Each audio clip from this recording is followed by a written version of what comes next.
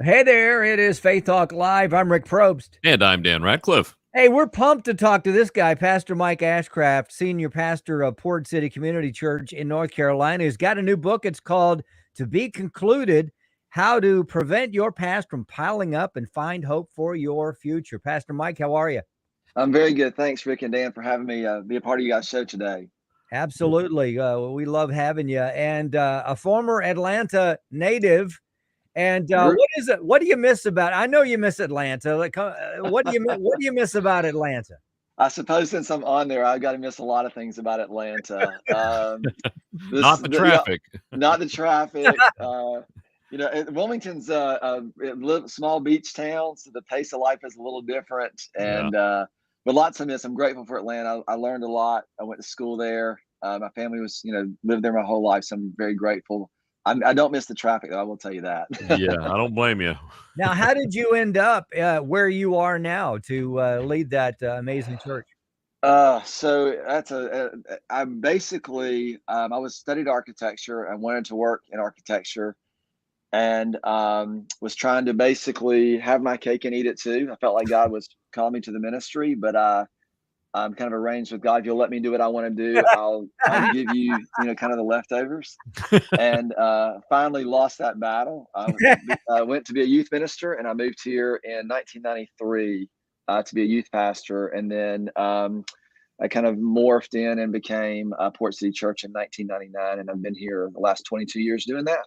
Wow. That is so cool. We do want to talk about your book, but I'm just curious. I know some folks in different parts that live in beach towns. They have churches or they're a part of churches, and sometimes a church life as a pastor, community church, they can be challenging because you've got your visitors, which is great in the summer, but when the winter and fall or whenever the downtime is, it's a little sparse. How do you guys get through all that? Do you have a pretty sizable community that you're good anyhow? Yeah, our community is pretty sizable. It's about 200,000 people, so it's not super big, but it's very stable. We do have a lot of tourists in the summer, but it's definitely more of a year-round town, and so it makes it a little bit less crazy, less hard to manage the transiency. But it's definitely the summertime we pick up, and the weather dependent. It's nice. The early service is full. The mid and the later services are not so much. Or people hit their, people show up a lot if the waves are good. People hit a lot of times you'll see people coming in their wetsuits or their board shorts at the later service after they've been out all day on the beach. So it's interesting. Yeah. That is interesting. I was on staff at a church in California, and it was a little mountain town, but we had a bunch of surfers in the church. And as soon as the pastor said amen, they had their boards already in the trucks, and they were gone. And for the rest of the day, it's just a really cool vibe. Well, let's talk about the book, To Be Concluded. Tell us about the book and why you wrote it now. So the book is essentially about what happens to us when we leave things unfinished. The genesis of it was, we did over the years, we do a thing at our church called My One Word, where at the beginning of every year, we pick a word to kind of frame how we're going to view what we hope God will do in our lives for the course of the year. We pick one word, we focus on that word for the whole year. And what began to happen is about 4, 5, 6 years into that, people would kind of leave one word and run to the next word. So you were basically just picking a new word every year. And we decided to create a way for people to finish the year with their word. And so we did a personal retreat at the end of the year, and we kind of made a big deal about it. And what we found was that bringing a year to a conclusion was actually a really profound thing, because rather than just going, oh, that was a good year or a bad year or a tough year, it actually brought some purpose and some meaning and some reflection. And it actually prepared us for the next thing that was coming. And in fact, in Ecclesiastes chapter 7, verse 8, Solomon wrote, better is the end of a thing than its beginning.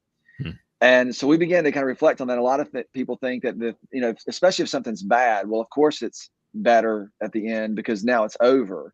But we began to reflect on that and talk about it. And what I found is that the end of a thing is better than its beginning, not because it's simply behind you, but because it actually matters for what God wants to do in us and through us. That's good. And so that opened up the journey to write this book around this idea of conclusions and bringing seasons to a conclusion. And there are natural seasons in our lives, right? Like, graduate from high school, graduate from college, get married or get a new job. There are natural transition points.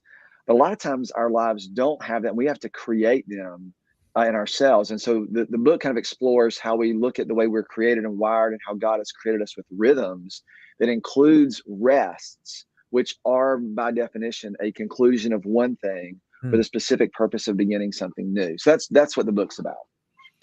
Talking to Mike Ashcraft, his book is To Be Concluded. Just came out today, right? March 15th. It releases today. So excited. All right. Congratulations on that. So as you were writing this, how did the Lord work on you and you specifically in your spiritual life? Yeah, and that's a great question. That when I started the book with this idea that it was going to be kind of practical and give people some really tactical tools of how to, draw lines and bring, a sense of conclusion. And what it really ended up being in my own life is just this journey of layering of the gospel, of how, the gospel about what Jesus has invited us to do, to the promise of redemption and what the gospel promises that. So it just became this really layered approach into how the Lord kind of used my own journey with insecurity, with trying to figure out what he wanted me to do, with a tendency to do what I've always done.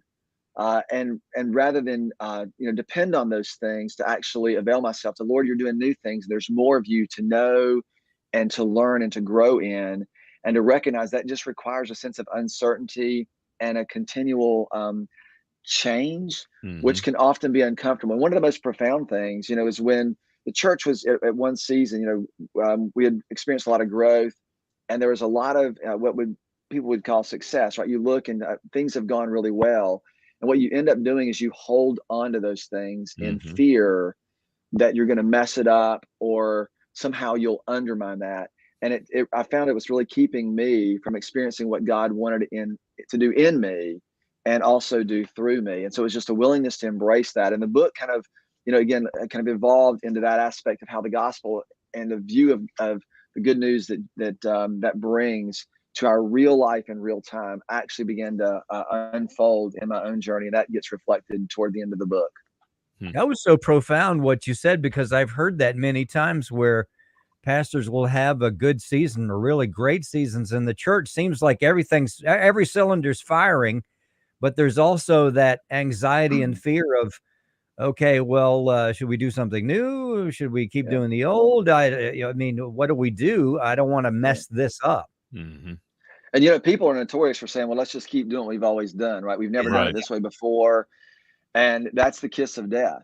Yeah. But it's not just in an organization, it's in our own lives as well. We were, I can, marriages and relationships with our kids, with our jobs, we get to a place where we feel like we finally got it, like we want it, and then we try to preserve it. And once that starts happening, we actually stop growing. And it's not just personal growth, it's the formation. It's us becoming image bearers and to bear the image of God that we've been created to. And that process does not end.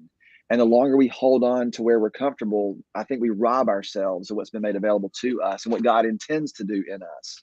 Yeah. Love that. Pastor Mike Ashcraft, he's the lead pastor, senior pastor of Port City Community Church. New book, it's out today. It's called To Be Concluded, How to Prevent Your Past from Piling Up and Find Hope in Your Future. If you'll look right behind him, that picture of that wave, he's ridden that wave right there in the city, and he's lived to tell about it. No doubt. Yeah. That would be quite the wave to ride right there, man. That'd be quite the wave to ride. Sounds like an amazing book, and I know it's just out. Have you heard any response thus, maybe before you released it? Folks going, man, you know what? This is such a great book in this season for me. Yeah, I have. We've had several people who've been reading along with me over the last few weeks, and the tone is it just seems to be written for this time. There's just a lot of uncertainty in the world.